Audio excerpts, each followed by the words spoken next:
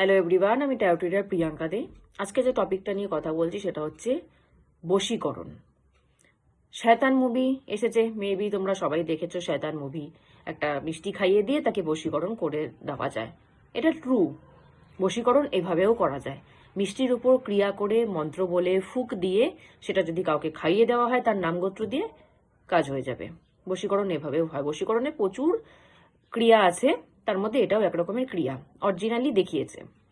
তো সেরকমই বশীকরণ মানে কি? বশীকরণ মানে আমি একটা ইন্টেনশন দিচ্ছি যে আমার ওই মানুষটাকে এই ইন্টেনশন, এই কাজটা সেই মানুষটার দ্বারা আমি করাবো।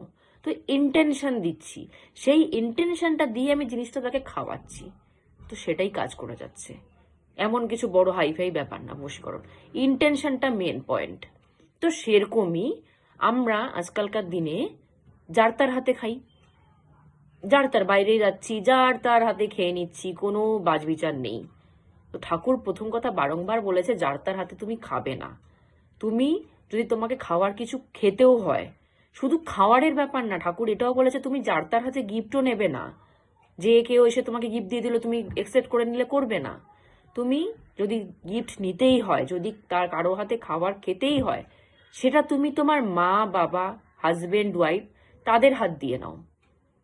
তাদেরকে বলো তাদেরকে দিতে, তাদের হাত দিয়ে তুমি গ্রহণ করো। ডিরেক্ট কারো হাত থেকে গ্রহণ করো না, ডিরেক্ট কারো হাত থেকে কিছু খাদ্য গ্রহণ করো না। কেন? কারণ ধরুন আপনাকে কেউ খাবার দিচ্ছে, সে সেটাতে মন্ত্রফুক করলো না, সে সেটাতে বশীকরণ করলো না, কিন্তু সে একটা ইন্টেনশন দিল যে তার মনে হয়তো আপনাকে নিয়ে একটা কুচিন্তা আছে, সে আপনাকে নিয়ে একটা নোংরা চিন্তা ভাবনা রাখে। তো সে যদি আপনাকে কিছু খাইয়ে দেয় না নিজের হাতে, সেই ইন্টেনশন দিয়ে, কোনো কাজ করতে হবে না, কোনো বশীকরণ ক্রিয়া করতে হবে না, শুধু সেই ইন্টেনশনটা দিয়ে যদি সে আপনাকে কিছু খাইয়ে দেয় না, আপনার তার সেই নোংরা মনটা, তার সেই নোংরা চিন্তা ভাবনাটা আপনার মধ্যেও ঢুকে যাবে। এটা ট্রু, একদম ট্রু। তার জন্য বশীকরণ করার এক্সট্রা করে দরকার নেই। যদি কেউ ইন্টেনশন দিয়ে আপনাকে কিছু খাইয়ে দিল, সেই ইন্টেনশনটা আপনার মধ্যেও ঢুকে যাবে। তো তার জন্য কি করা হয় যে কোনো কোনো সময় ধরুন আমাদেরকে বাইরে কিছু খেতেও হলো, মুখে না করতে পারলাম না, কেউ কিছু খাবার দিল খেতে হলো, কেউ কিছু জিনিস দিল সেটা নিতে হলো, তো সেটার ঠাকুর সেটারও একটা ব্যবস্থা করে দিয়েছে। দীক্ষা নাও, নাম জপ করো, দীক্ষার যে মূল বীজ মন্ত্রটা হয় সেটা 3 বার ফুঁক দিয়ে দাও খাবারটার মধ্যে। একদম বীজ মন্ত্রটা 3 বার মনে মনে বলে খাবারটার মধ্যে ফুঁক দিয়ে দাও, তারপর তুমি সেটাকে গ্রহণ করো, কিচ্ছু হবে না। তার যতই সে খারাপ ইন্টেনশন দিক না কেন, যতই সে বড় লেভেলের বশীকরণ করে থাকুক না কেন, সেই বীজ মন্ত্র যদি 3 বার ফুঁক দিয়ে তুমি জিনিসটাকে গ্রহণ করে নাও, কিচ্ছু হবে না, সব কেটে যাবে। সেরকমই কোনো জিনিস, কোনো গিফট যদি তুমি নিলে, সেটা যখন তুমি ইউজ করবে, গিফটটা তো তুমি ইউজ করবে, গিফটটা যখন ইউজ করবে সেটার মধ্যেও বীজ মন্ত্র বলে 3 বার ফুঁক দিয়ে দাও। বীজ মন্ত্র বলে, আর কিচ্ছু না, শুধু বীজ মন্ত্র বলে 3 বার ফুঁক দিয়ে তারপর সে জিনিসটাকে ইউজ করো, দেখো কিচ্ছু হবে না। কিন্তু আজকালকার দিনে তো মানুষ দীক্ষাই নেয় না, বেশি মডার্ন, দীক্ষাই নেয় না, নামজাপি করে না। এই জন্য তোমাদের যে কারো হাতে খাচ্ছ তার ইন্টেনশন লেগে যাচ্ছে, যে কারো হাত থেকে জিনিস গিফট নিচ্ছ তার ইন্টেনশন তোমার শরীরে চলে আসছে।